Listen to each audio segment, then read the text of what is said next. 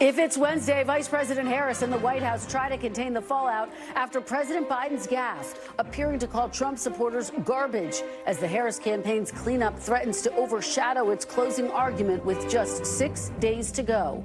Plus, the former president stokes fears of voter fraud, baselessly accusing battleground Pennsylvania of, quote, large-scale cheating, while distorting the facts around a fraudulent batch of voter registrations. And a Trump primary rival turned ally, Nikki Haley, criticizes the Trump campaign for using crude and sexist language on the trail, warning it's not the way to win over women voters.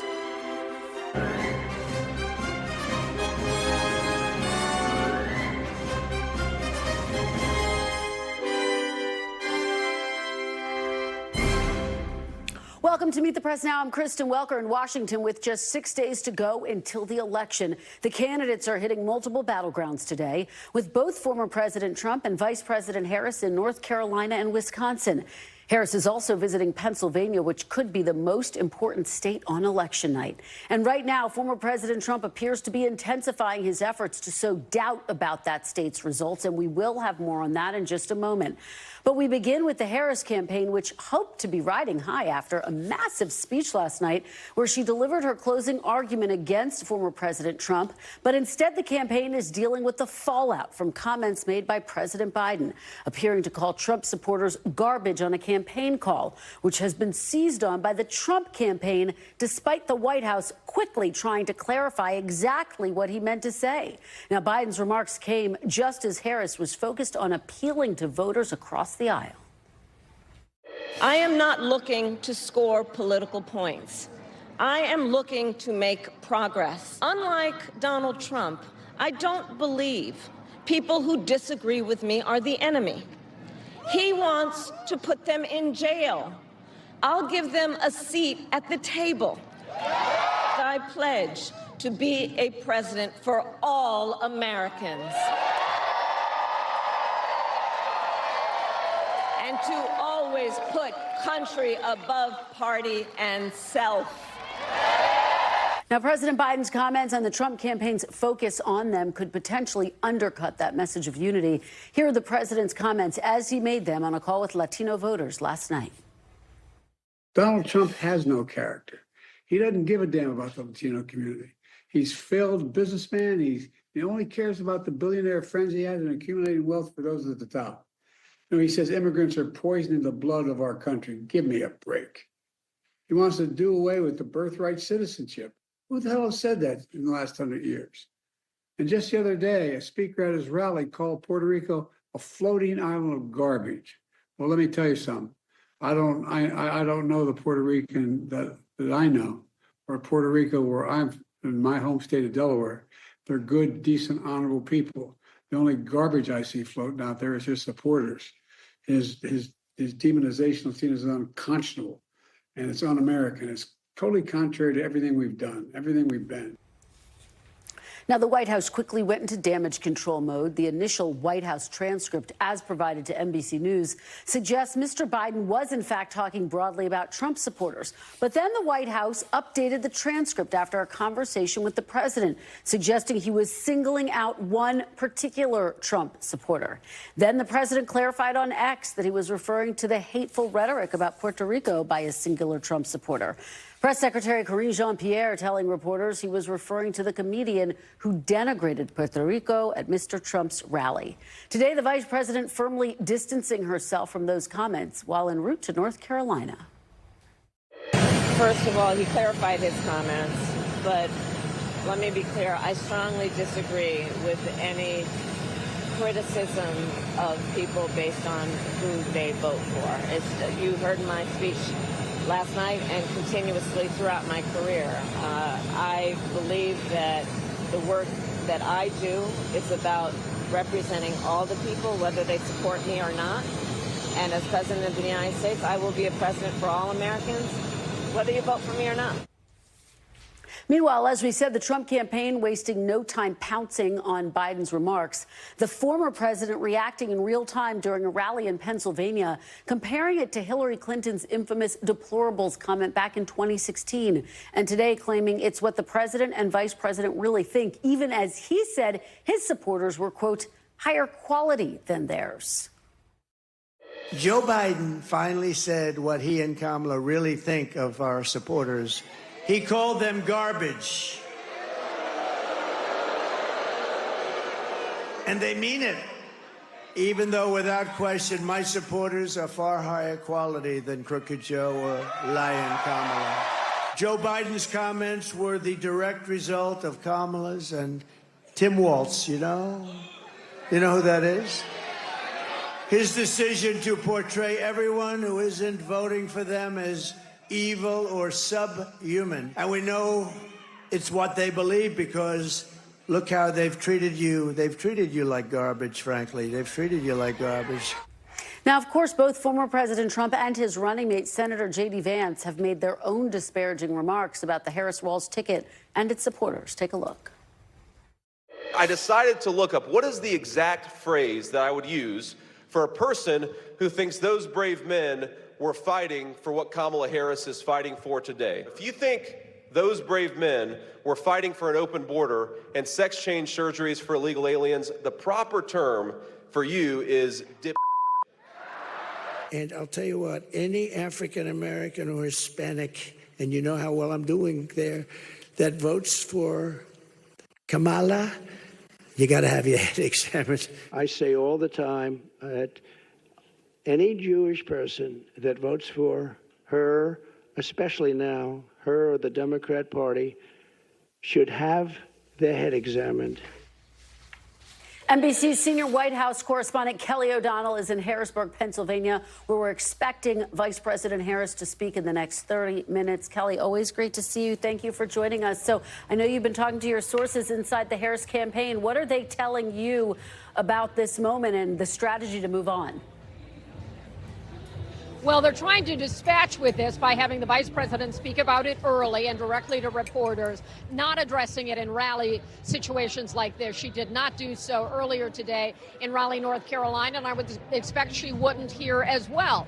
Part of what she is doing is this is sort of the closing argument battleground edition, where she's talking about a number of the key points that she made last night, and included in that is her push that she would be a president for all Americans.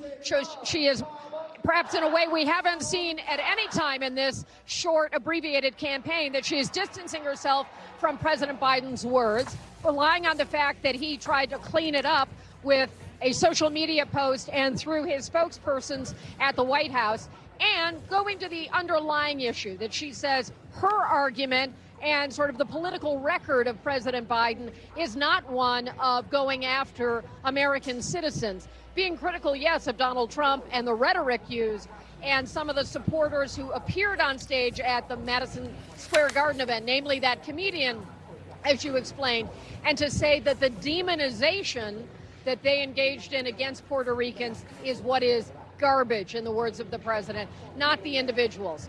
Now, all of this means it's really up to the voters. What did they hear? How did they have it impact themselves? And is it something that matters to voters? It's certainly a challenge for the campaign to have to deal with it at this late date. She's doing that in a couple of different ways, and ultimately we'll find out if it matters in terms of moving voters or turning off some voters, just as she is trying to do an outreach, certainly to not only those voters that have not been engaged, but certainly Republicans and independents and Haley voters. Not the kind of people she wants to insult at this moment, and she is saying she embraces them, wanting to be supportive of all Americans. So it's one of those mistakes on the campaign trail that, depending on timing, depending on how voters hear it, could play out in different ways. Kristen? Kelly, you know, I think you hit the nail on the head. We just have to see how the voters receive this. This is such a close race. Any change could have an impact. Trump is comparing the comments to the basket of deplorables comment from Hillary Clinton back in 2016. What are the similarities? What are the differences there? Well, certainly this is a case where immediately President Biden is saying, immediately as in within a bit of time afterward, saying if there was a misimpression, he's clearing it up. Hillary Clinton did not quite do that with deplorables, and it was viewed as something also with more time that members of the voting supporting bloc for Donald Trump embraced that term and used it to define themselves, proudly wearing it as a badge of honor, deplorables on T-shirts and so forth. This may play out differently in terms of, first of all, the word garbage is hard to sell in a positive way, and we're only 6 days out. And the real question is, does it ring true to voters? Do they think that's really what Joe Biden thinks? Do they think that's really what Kamala Harris thinks? And only voters can tell us that. Certainly in 2016, it was a much different time. We've now had many intervening years. And the Harris campaign would say, listen to what Donald Trump says. He calls his political adversaries the enemies within on a daily basis. Says the United States has been a dumping ground, a garbage can. So in a time now where so much heated, ugly, caustic rhetoric is at play, will it have the same effect that the basket of deplorables comment had what seems like a lifetime ago for you and me, but 2016, a different time with a through line that comes right to today. Kristen? Yeah, Kelly, you and I were both on the trail throughout the duration of that campaign. It does indeed seem like a lifetime ago. Kelly O'Donnell, thank you for your fantastic perspective and your great reporting as always. Really appreciate it. We want to turn now to the other major political development we mentioned at the top of the show, the former president stoking fears about election fraud in Pennsylvania. Mr. Trump posted on social media this morning without evidence that the battleground state is cheating at large-scale levels barely seen before and calling on law enforcement to act. The former president also made baseless claims while campaigning in Pennsylvania during a rally last night in Allentown. Look at this. We've set an all-time record in the early voting, by the way, so if you have a mail-in ballot, get that damn ballot in, please, immediately, because they've already started cheating in Lancaster. They've cheated. We caught them with 2,600 votes. No, we caught them cold. 2,600 votes. Think of this. Think of this. And every vote was written by the same person. I wonder how that happened. Must be a coincidence. It must be a coincidence. Now, Donald Trump appears to be alluding to investigations into fraudulent registrations, not ballots, in 2 Pennsylvania counties, Lancaster and York. Jane Tim is a senior reporter for NBC News who covers elections, election policy, and voting rights. She joins me now. Also with me is NBC News correspondent Garrett Hake in Green Bay, Wisconsin, where Donald Trump will be campaigning a little bit later on this evening. Jane, let me start with you. Help us sort through what's fact and fiction here. What are the specific allegations Trump is making about Lancaster and York counties, and what's the reality about what's happening there? Yeah, so what happened in Lancaster County, it's not the Trump campaign that caught anything. It's election officials doing routine processing of voter registration applications that found that these applications didn't pass the identity checks, were illegible or confusing, or just looked a little bit suspicious. They reviewed those applications and realized that they were dealing with a lot of fraudulent applications. The applications are not ballots, and they're not going to become ballots because they were caught by the routine election processes that is sort of built into the system to catch this kind of thing. This is a genuine issue that Trump is sort of conflating into something else. During the press conference where Lancaster announced this issue, they said 2 other counties had also seen large drop-offs from a third-party group, canvassers, paid canvassers, who are the people who might be incentivized to do a fraudulent application if they're getting paid by the application. We don't know exactly who those counties are yet, but York County next door did give a statement that suggested they think they could have been affected, that they were reviewing a large drop-off of canvassed applications and mail ballot applications as well, and that they were looking into those. But we don't know for sure yet. All we know is that election officials caught a problem and stopped it from becoming an issue. Speaks to how secure the system actually is, Jane. Look, in Bucks County, we saw a deadline extended after the Trump campaign sued over apparently long lines and early cutoffs. What can you tell us about the latest there? Yeah, so they're going to get to be people who want to go in person and request and fill out and return a mail ballot application, which is the only really early in-person kind of voting you can do in Pennsylvania, because they don't have early in-person voting the way we think of in-person early voting typically. We'll be able to do that in Bucks County through the end of business on November 1st, giving them a few extra days for people who felt like they weren't able to do it. For the county, they said that they were just closing county offices as scheduled to, but voters are definitely going to get an extra crack at the attempt to vote in person and get their ballots cast early. And just one final one, Jane, if I could. The Supreme Court weighed in today on Virginia's efforts to essentially purge voter rolls ahead of the election. Talk about what this case is about and the significance of that decision. Yeah, so the Supreme Court basically said that Virginia could take 1,600 people off their voter rolls who were perceived to be or potentially non-citizens. Typically, it was someone who had not filled out their citizenship requirement on a form, or someone who had previously said that they were a non-citizen. When you're talking about non-citizen voting, let's just be clear, it really doesn't happen in any large numbers. Typically, people who get caught up in this kind of voter purge are newly naturalized citizens who previously honestly said, I am not a citizen, but have since become a citizen and registered to vote. Though occasionally, of course, there are non-citizens who accidentally get on the voter rolls and show up in these kinds of purges and are adequately removed. I will say it's really important. Virginia has same-day voter registration. So if someone gets caught up in this, they can re-register to vote and they can still cast their ballot on Election Day in Virginia. All right, Jane, Tim, a lot of great information just 6 days out from the election. We will be talking to you a lot, so get some rest and don't go anywhere. Thank you for that reporting. Garrett, let me turn to you now. Out on the trail, I know you are have been on the trail for the better part of this past year. What did we hear from Donald Trump today in North Carolina, Garrett? Well, Kristen, after going on the attack about the Biden gaffe about supporters versus supporters at the top of his remarks, what we saw in North Carolina was the same aggressive Trump we've been getting used to seeing, as he's made a closing argument focused on the general idea that Kamala Harris has broken it, whatever the it might be in your mind, and that only Donald Trump can fix it. That requires painting a pretty dark picture of how broken he thinks the country is, and today's event in North Carolina was no exception. Listen to this. Well, we're running a campaign of solutions to save America, an America which they have virtually destroyed during their almost 4-year period of rule. Kamala Harris, a low IQ individual, is running a campaign of hate, anger, and retribution. See, I'm very nice to them. They're not nice to me. So, Kristen, you hear it. I mean, essentially trying to take whatever might be left of the Harris sort of joy-focused campaign and turn it around and suggest that that's not what's actually happening, and that she's running a campaign as dark as his has been these last few weeks. Well, we'll have to see how the voters take to all of this. And, of course, the Trump campaign dealing with their own controversy, which has stepped on his closing argument, which were those racist comments by the comedian at Madison Square Garden who helped open up his event, basically calling Puerto Rico garbage.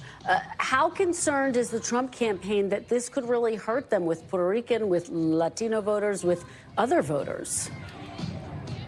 Well, Kristen, they can't quite seem to put this one behind them. They had 3 speakers at the rally last night in Allentown who introduced themselves as Puerto Rican, 2 of whom made part of their appeal in Spanish. You had Donald Trump on Fox News last night trying to create some distance with that comedian, but still the fallout continues today. Another major Puerto Rican musical artist named Nikki Jam, who had endorsed Donald Trump, posted on Instagram to his 44 million followers that he was rescinding his endorsement despite thinking that Trump originally was better on the economy. He said basically he didn't want to be associated with anyone who was associated with anyone who talked that way about Puerto Rico. For the Trump campaign, though, Kristen, they're so used to this idea that a thing that is an enormous scandal on Monday is often completely out of the headlines by Wednesday.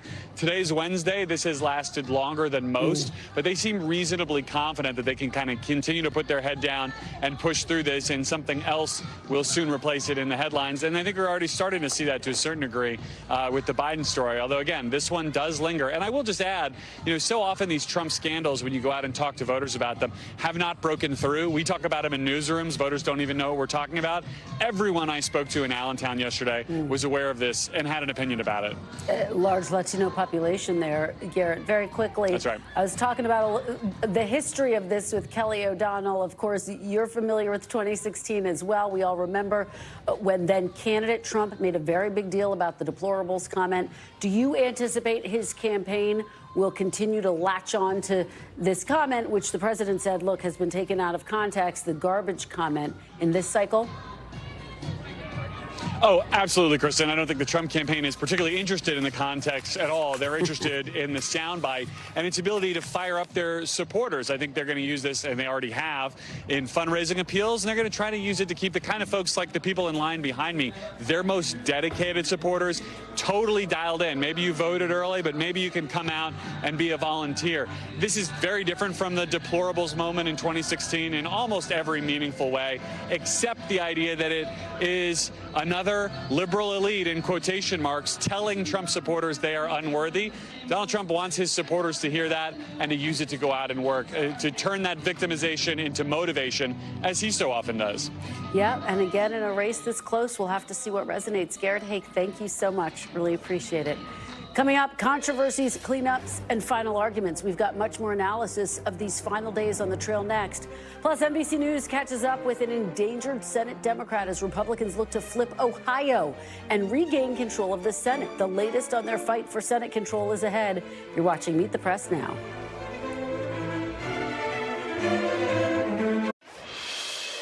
These United States of America, we are not a vessel for the schemes of wannabe dictators.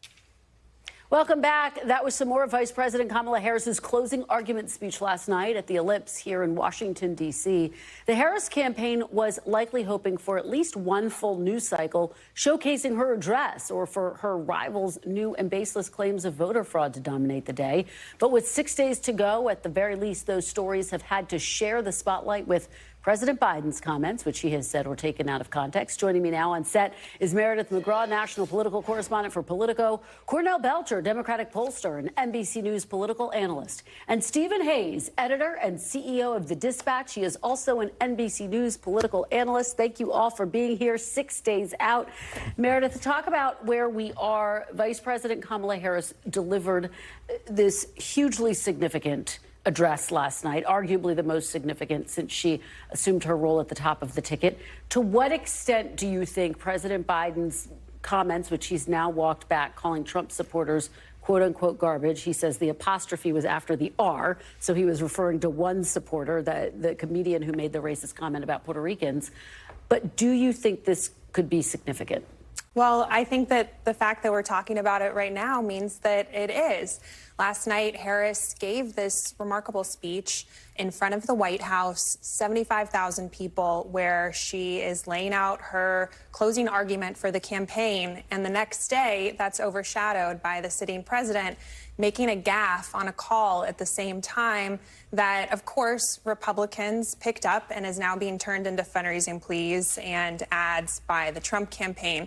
Right after Trump, his own campaign stepped in it and had a lot of inflammatory rhetoric at his big closing argument moment in New York City at Madison Square Garden. And, you know, in this final stretch, no campaign probably wants to be playing cleanup duty with 6 days to go. And yet here we are. Here we are. Here was what Governor Tim Walz had to say about this. Cornell Belcher this morning. I'll get your reaction on the other side.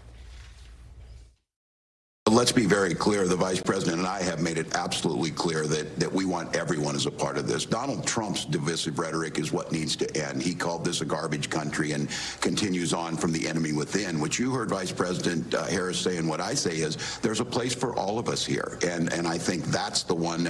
She's running for president. She's making the message. And she delivered that speech on the ellipse that showed what we can be as a country. Cornell, how are their cleanup efforts going? Will it resonate? Well, for me, is it something that's going to move the needle, right? Obviously, you don't want to be next day having this conversation, having people sit around this table having this conversation, but here we are. But for that voter who's sitting out there undecided, I don't think this is going to move them. Now, will the Trump folks use it to rev up their base? Absolutely, you do. As a campaign, you jump on that and throw red meat to your base. But their base is already revved up. But I don't think it moves the needle with those voters who are sitting on the fence, who, by the way, know that Joe Biden is actually a decent guy. You don't see it as the same thing as the deplorables. I mean, you remember that moment where it really actually wound up overshadowing Hillary Clinton's messaging. It dominated the message for a while. That really hurt the campaign. I don't think this has the same sort of resonance. One, again, if you look at all the horrendous things that Donald Trump has said about this country and measure it to this statement by Biden, it's not even close. But again, they're pushing it out there. We're sitting here talking about it. They're going to fundraise off it, so it's not helpful. Stephen, what about that argument and the fact that, and I've been talking to folks who say, look, the comedian's comments calling Puerto Rico garbage is really resonating, has really touched a nerve in the entire Latino community, which actually could make a difference, according to some of the folks I've been talking to, in a swing state like Pennsylvania. Well, sure, and you have ads up about that. You have prominent influencers who you pointed out have flipped their endorsements about that. There's no question, I think, that has a potential to really matter. I guess I disagree with Cornell a bit, because when you're looking at a race that is likely to have such tight margins, any little thing can matter. And when you look at the way that the Harris campaign has in particular gone after these disaffected Republicans, and the campaign message, the things that she said in her speech about being a president for all Americans, if you're a disaffected Republican or a movement conservative and you're sitting in Wisconsin and you're looking for a reason, you don't want to be for him, but you're looking for a reason to be for her, this is the kind of thing where you say, you know what, I know they don't like me. He said it again, just like Hillary. Well, and so to that point, her attempts to reach out to those voters exactly was on display last night. Let's play a little bit more of her actual closing argument. Donald Trump has spent a decade trying to keep the American people divided and afraid of each other. That is who he is. But America, I am here tonight to say that is not who we are. That is not who we are. Meredith, this was her strongest attempt yet to, yes, she closed on a message of democracy, but she also talked about a range of other issues, from the economy to reproductive rights to reaching across the aisle and working in a bipartisan fashion to get things done. We're looking, by the way, as we have this conversation, at live pics of the vice president in Harrisburg. Meredith, what was your takeaway from last night? Well, look, this is Harris's big closing argument, and the symbolism there of her standing in front of the White House, standing in the same location where Donald Trump made his speech before the riots ensued on the Capitol. There was a lot of symbolism to it, and, you know, it was a lot of the vice president trying to reach across the aisle, and that's been a big theme for her in this closing stretch, and there's reason for that. The Harris campaign has seen that some of their strongest messaging with undecided voters has been on the issues of democracy and Donald Trump's fitness for the office, and so hammering home those two messages in the home stretch, the Harris campaign seems to think that that's going to be the winning message for them. You think it will be, Cornell? I think when you sit in focus groups and voters say, I don't understand why they can't get along, right? I get along with you. I can't understand why they can't get along. You have robust debate, but you get along. And they crave for it. And this ideal that she can reach across the aisle and be bipartisan and bring in some Republicans, I think it's a strong message for those voters sitting on the fence. Stephen, what part of the closing message we're hearing from Donald Trump, quite frankly, is he's already making these false allegations of fraud in Pennsylvania, in the biggest swing state that is tied. It is all tied up. How concerned does that make some of the moderate folks within the Republican Party who you're talking to? I mean, I hope it makes them very concerned. Look, I think if you're a hardcore Trump voter, you knew this was coming. I mean, this was the argument he was going to make, right? I mean, go back to 2020, and you look, and he really sort of amped up or started raising the prospect of this stolen election argument in the summer, over the summer. This year, this has been sort of the central theme of his campaign. If I lose, it's because they stole it. And, that's just get out the vote operation. It's too big to rig. I mean, everything is based on this idea that if he doesn't win, they will have stolen it from him. And that's not the closing argument I would make if I were advising the Trump campaign. But if you're trying to get out your base and you're as concerned or more concerned about what happens between November 5th and January 6th as you are in the days before November 5th, maybe that's what they're doing. Cornell, do you think Democrats are prepared for the onslaught of potential challenges that Trump seems to be laying the groundwork for already? I don't think it's about Democrats being prepared. I think it's about America being prepared. I will double down on what he just said. Is look, he's talked about America being an occupied country and talked about enemies of the state. He's called you, the press, the enemies of the American people. This is all boiling up to it was stolen, and we saw what the reaction was last time. We're going to see that again. We absolutely are. We got to prepare ourselves for it. All right, guys, great conversation. Thank you so much for being here. Really appreciate it, Meredith, Cornell, and Stephen.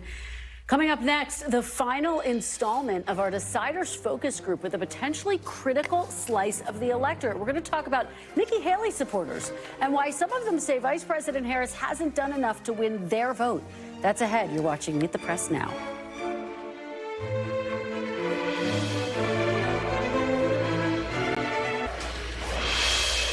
Welcome back. One-time Trump rival Nikki Haley is weighing in on the language and rhetoric the Trump campaign is using in the final days of this race, including those racist and offensive remarks made about Puerto Rico and Latinos at Trump's rally at Madison Square Garden.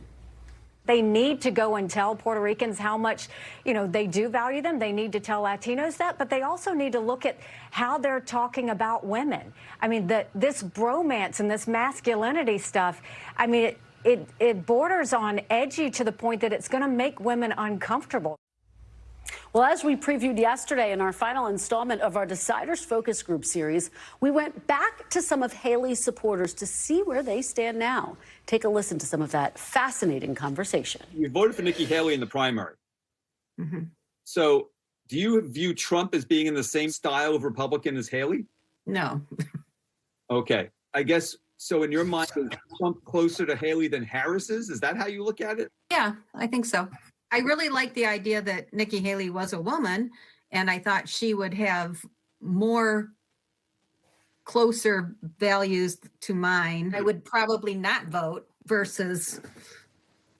but not vote for a Republican. You know what I mean? I wouldn't switch my vote to the Democratic candidate. I would just not vote. When it comes to Kamala Harris, what are you most fearful of? That she isn't strong enough. That she doesn't stand up when she needs to.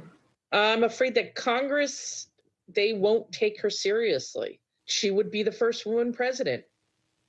I'm just afraid that being that first, it's going to make it hard for her. Chris? I'm fearful that she'll keep running things the same way that they've already been ran for the past 4 years. And then I'm also fearful of foreign relations, that some of the dictators or people in power of other countries are not going to take her as seriously as everybody else. Especially with the border and everything, how she handled it. She was in charge of it as a VP.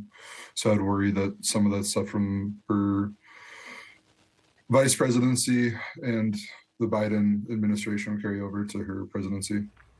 Joining me now is Margaret Talev, director of Syracuse University's Institute for Democracy, Journalism, and Citizenship. Margaret, it is so great to see you. Thanks for being here. Thank you. So what were your key takeaways? One of the things that just stands out to me, here you have two women saying things like, I'm concerned she's not strong enough. She won't be effective enough at working with Congress because she's the first woman president. Really fascinating. Yeah, there's definitely some political and psychological projection going on here. And we actually have seen it in blocks of other types of voters. It tends to be women, and they tend to be either concerned about her capability to do it or concerned about how other people will perceive her capability to do it. But if you watch this segment, what you just showed, you might walk away thinking, wow, Nikki Haley voters don't like Harris. Actually, out of the panels that we talked to this week, about a third were going to vote for Harris, about a third were going to vote for former President Trump or were leaning that way in each direction. And the remaining chunk were like, I don't know, third party, wild card, like, I don't know, libertarian. And so what we're really seeing here is that there are two camps of Nikki Haley voters. There is the camp that is so completely turned off by Trump and all either the chaos or his comments or the January 6th stuff or any of the many things they might pick, that they're like, we're not voting for him. Some are going to go for Harris. Some are trying to figure out, should they stay home? Should they pick a third-party candidate? And then there is the camp that is like one of the voters that you heard from who's a Republican, and they identify with the party, and they say, I'm going to vote for whoever the nominee is. I might not want to vote for Donald Trump, but that's who I'm going to vote for. So that's really the contest here, and why this matters. It matters in some states more than others, but if my memory serves, in Pennsylvania, something like 16% of the GOP electorate back in the primary wanted Nikki Haley. If that segment splits and it comes down to 1%, it really could matter. Well, you're right, and I mean, I've talked to sources on both sides of the aisle who've said Nikki Haley's voters could actually determine who wins this race. Let's talk a little bit about the rhetoric. You referenced that. Yeah. They are listening. They're paying close attention. Did you get the sense that something like an event at Madison Square Garden resonated for these voters? It's really interesting that you asked that because, of course, in that case, it wasn't Trump himself making the comments, but it was the people who were invited by the Trump campaign to be there on stage were put out there. And it was a universal turnoff to literally every panelist. Were varying degrees of disgusted or horrified or embarrassed by it, but it affected different people's instinct about how to behave differently. Some people are like, I hate this, but I'm never going to vote for Kamala Harris. And others are like, I hate this, and this is why I can't vote for Donald Trump. And there was even one or two, I'm trying to remember, who were really on the fence, and this was helping them make their decision away from Donald Trump. In fact, when you think about Harris's actual strategic efforts to bring Liz Cheney or Dick Cheney out there, or all of the former Trump officials amplified John Kelly's comments, none of that seemed to be working at all with these voters. It was the unforced error of the Trump campaign itself and of the comedian and of all. It was very triggering because even if that wasn't Trump himself, it just reminded them of all the stuff that gets collected around him, and it was that they kept going back to. That is so fascinating, and also takes me to my next question. How much do endorsements matter? Nikki Haley has endorsed Trump. She has not appeared with him on the campaign trail, Margaret, and at this point in time, it doesn't seem like there are plans to do so. Now, of course, she could pop up with him on the campaign trail. We'll wait to see what happens in these next 6 days. Do you think a joint appearance like that would have an impact? It might for some of these voters because they are Nikki Haley voters. It's like they weren't Liz Cheney voters. They weren't John Kelly voters. They were Nikki Haley voters. And so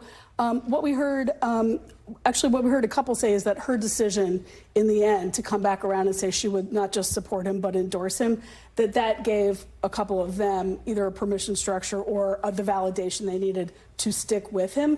But they do want to see her out there. And what they want to hear from Kamala Harris, and most of them do not want to vote for Kamala Harris, but what they want to hear from her is that she will include Republicans in her cabinet. She will appoint Republicans to positions, that she will not just say she wants to be president for everyone, but truly bring Republicans into the process. That is something that could make a difference to some of these voters. Certainly part of her message last night when she was speaking at the Ellipse here. Margaret Tolive, these focus groups are always so fascinating. Thank you for your great reporting on them. Really appreciate it. Great to see you. Coming up after the break, Democrats' uphill battle to keep the Senate and the most competitive races to watch on election night that could tip the balance of power in both chambers of Congress. You're watching Meet the Press now. Stay with us.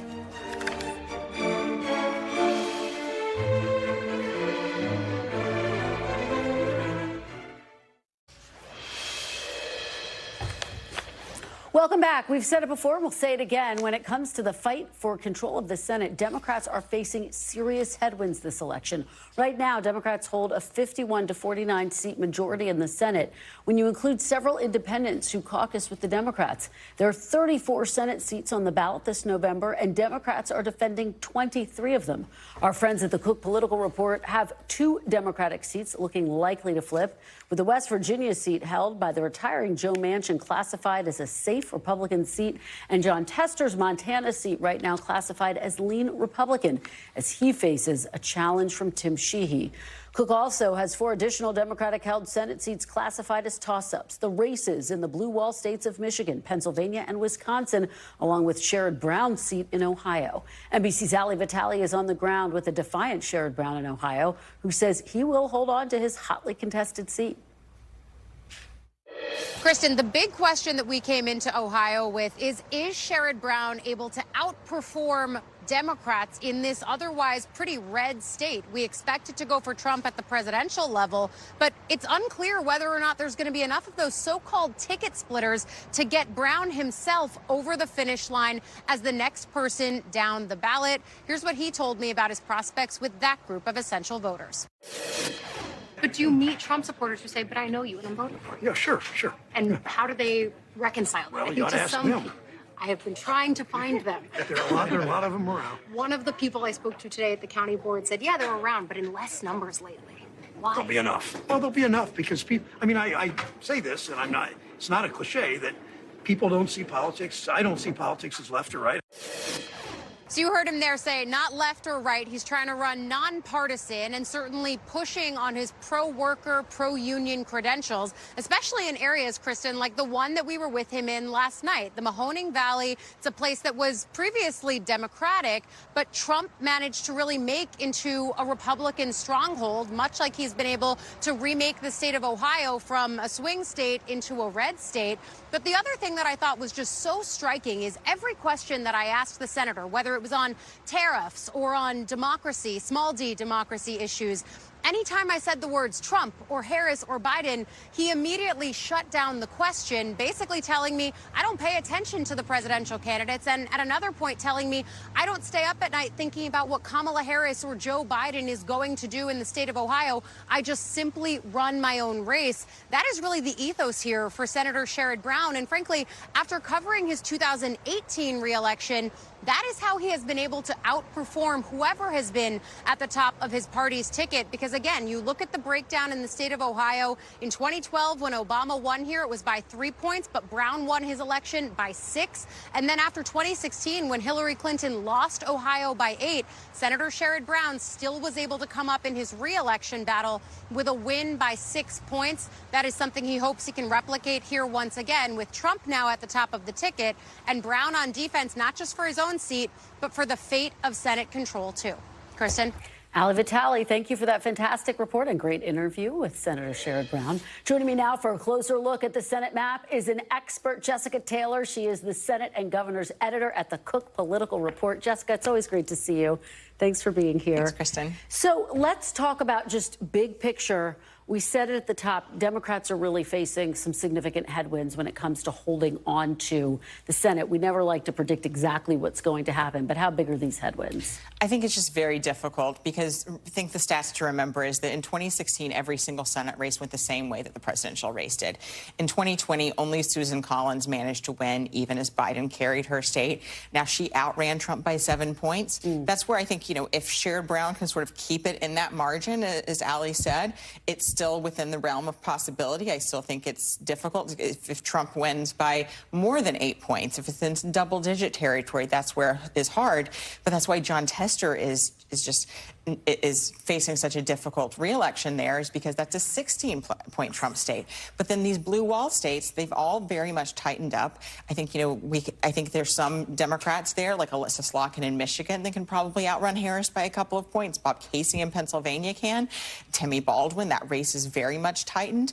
But, I think that's where we see that probably the way the presidential race goes, it's going to be very close in these Senate races as well. It has been just fascinating. Just talk about the extent to which these races that you just cited, the Tammy Baldwin race, it has really tightened. We've seen it. A couple of weeks ago, you would have looked at the polls and thought, hey, she would win handily against Eric Hovde. Not anymore. Well, I think Democrats always expected this to happen. I think the key was that these Republicans, they weren't as well known. They were underperforming Trump's numbers. When you have Eric Hovde, he's put $20 million of his own money in the race. That's more than Tammy Baldwin's 2012 and 2018 opponents spent combined. Wow. So the spending, I think, has tightened this up. But then you do have races where even the Democrats should be doing worse in places like Arizona, where Carrie Lake there there is, I think, just such a divisive candidate that there's a very good chance that even if Trump wins that state, that Ruben Gallego is going to win. Nevada getting tighter, perhaps, as we look at some of the early vote numbers there, but Jackie Rosen,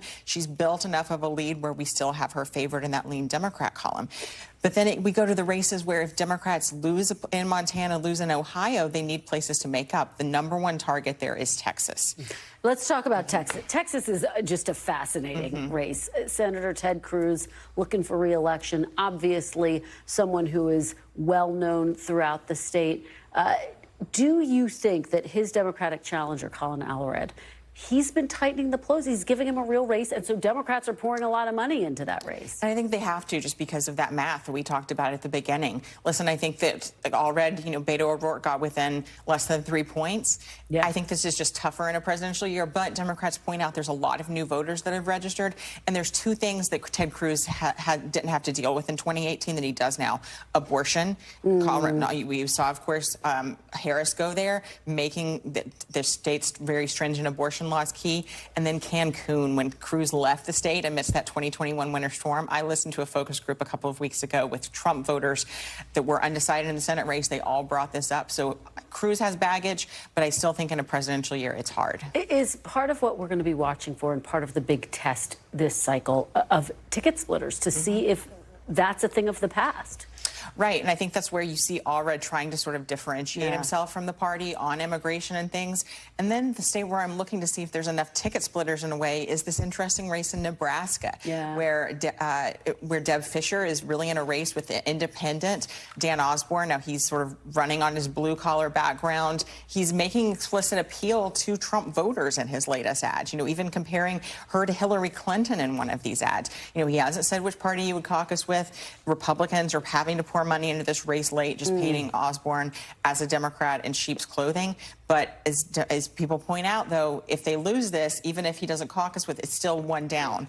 So that could be interesting. But when I look at it overall, Republicans are still favored. All right, Jessica Taylor, thank you so much as always. It's always great to have your perspective. Still to come, NBC News exclusive reporting on former President Trump's plan to implement his campaign's vow of mass deportations by using federal funds to put pressure on local police. We'll explain. You're watching Meet the Press now.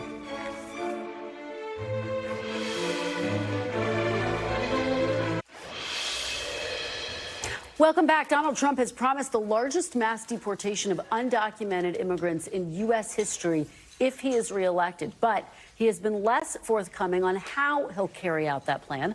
But NBC News has exclusive new reporting that Mr. Trump is considering halting federal grants to police if they decline to participate in his plan. Sources close to the campaign say the tactic would survive legal challenges while pressuring Democratic-led states, counties, and cities into participating in mass deportations. The Trump campaign has not responded to our request for comment. NBC News Homeland Security correspondent Julia Ainsley helped break that story. She joins me now. Julia, great to see you. Thanks for being here. Thanks, Kristen. So this story came a bit as a surprise to us because this is something that Trump tried in his first administration, and it was met with legal challenges. Trump in the last administration, in his first administration, withheld these funds, about $250 million from any sanctuary cities to compel them to cooperate with ICE.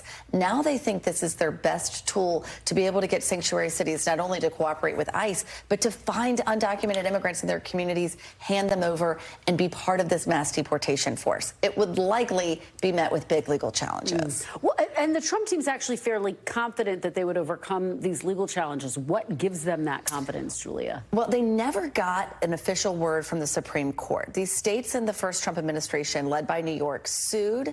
It was put on hold, and they sided with the Trump administration. Then when they appealed to the Supreme Court never got to rule on that because the Biden administration came in. They withdrew that appeal. So they weren't able to get it through in the last one, but because the Supreme Court did not actually weigh in, they think that it might be favorable. Although I will say maybe they shouldn't be so optimistic, because even though the Supreme Court is very conservative, we've seen over and over again that they think the immigration should be left to the federal government. And so they may decide they're putting too much pressure on the states here. And just, Julia, big picture, walk us through how critical are local police departments to this overall idea of Trump's mass deportation plan? I mean, it's really hard to see how he would start deporting millions, as he said, said, if he doesn't have help of local police, not only to identify migrants and to hand them over to ICE, but if he wanted to only depend on ICE to go out and arrest that many people, they would have to increase their annual budget by 10 times what it already is.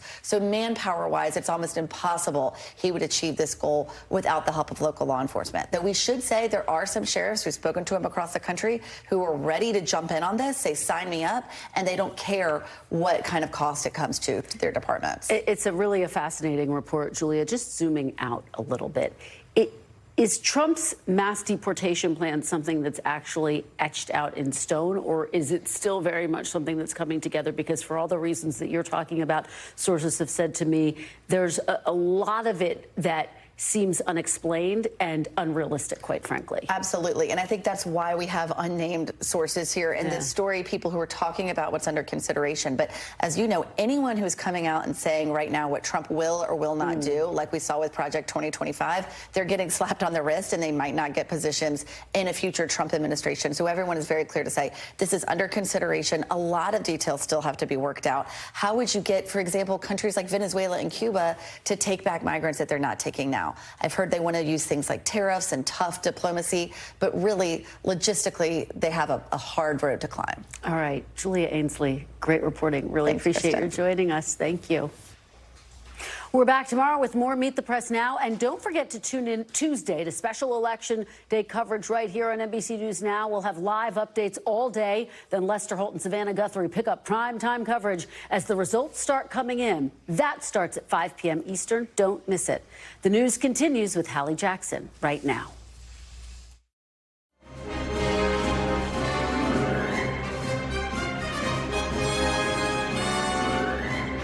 Thanks for watching. Stay updated about breaking news and top stories on the NBC News app or follow us on social media.